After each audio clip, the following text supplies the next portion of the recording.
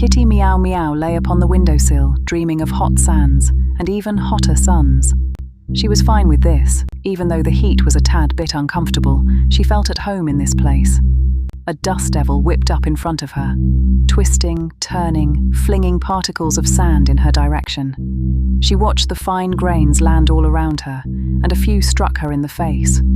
It was a minor annoyance, one she was willing to tolerate, because she was content in the sand. But then the suns grew larger, and the dust devil began to wail, and it blew her helplessly into the unknown. Kitty Meow. Meow awoke on the cool hardwood floor, and realized that the wailing dust devil of her dream was nothing more than the crying baby in her manservant's room. This had to be dealt with.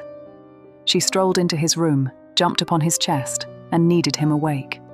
He yawned, stroked Kitty Meow Meow, picked her up, and placed her on his mate. While he attended to the baby, his mate awoke, sneezed, and knocked Kitty Meow Meow to the floor. This was a regular occurrence, the mate sneezing and knocking Kitty Meow Meow to the floor. She knew his mate did not like her, but that didn't concern Kitty Meow Meow, because she didn't like her either. Given the chance, Kitty Meow Meow would take the mate's breath and blow it to the sands, but she knew her manservant was fond of her. She cleaned herself as her manservant, and his mate dressed themselves and the baby, arguing the whole time. The manservant's mate pointed at Kitty Meow Meow and left the room. When they finally left the house, Kitty Meow Meow rolled all over the mate's pillow and checked the water bowl. The water hadn't been changed. This disappointed her, so she went out of the cat door to drink out of the bird feeder. The day was good, and so was the hunting. Kitty Meow Meow killed 3 mice, 2 birds, a rabbit, and a lizard. She killed all of her victims in the mate's flower garden. It was a nice place to lay in waiting, concealed amongst the tall, numerous flowers. Nothing could see her when she was crouched in the garden, and everything that entered became a victim. The lizard she thought was dead moved from beneath her paw, so she gave it a bite to the neck. She thought about giving it to her manservant for his services, but she knew his mate would toss it in the alley if she discovered it. Kitty Meow Meow pondered the situation between her and her manservant's mate as the sun moved across the sky, casting shadows over her and the flower garden. This was the mate's garden she hunted in. The more she thought about it, the more it disturbed her that the mate had a hand in her hunting.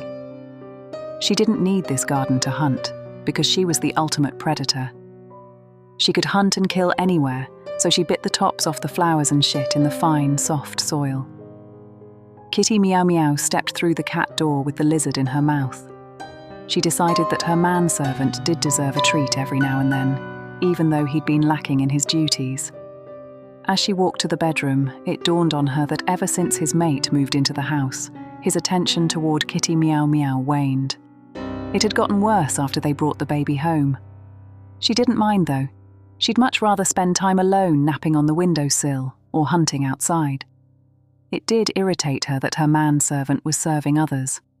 She changed her mind about giving him a gift, so she left it under the bed. Then she went to the closet and pissed in the mate's slipper. The evening nap was difficult for Kitty Meow Meow because of the yelling.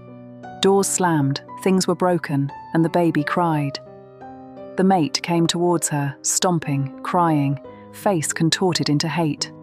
She picked up Kitty Meow Meow by her neck and tail, heading for the door, sneezing uncontrollably. Kitty Meow Meow warned her with a hiss, and when she wasn't released, she gave her a scratch on the wrist.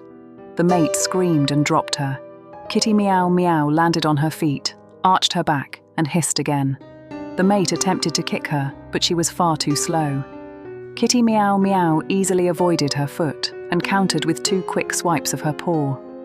The mate had had enough. She gathered a few things, crying all the while, and left out of the front door. Kitty Meow Meow watched her leave from the windowsill as she cleaned herself. She gave her paws a little extra attention. They were bloody. The mate didn't come back that night. The baby slept content in its crib, and the manservant drank and broke more things. Kitty Meow Meow avoided him while he was in his rage, and when his fury mellowed and his cries changed into sobs, Kitty Meow Meow rubbed against his leg until he picked her up and embraced her. She allowed this because she was tired and needed to sleep. They fell asleep together, and the moon watched over them through the window. Kitty Meow Meow awoke to the sound of the baby. It wasn't crying, but it was about to. She could tell. She looked at her manservant, and he did not stir. She tried kneading him awake, but his slumber was deep. The baby let out a wail, quieted, and wailed again. Kitty Meow Meow desperately needed to sleep, so she jumped into the baby's crib and sat upon its chest. She glared at the baby, and the baby began to cry. Kitty Meow Meow started taking its breath.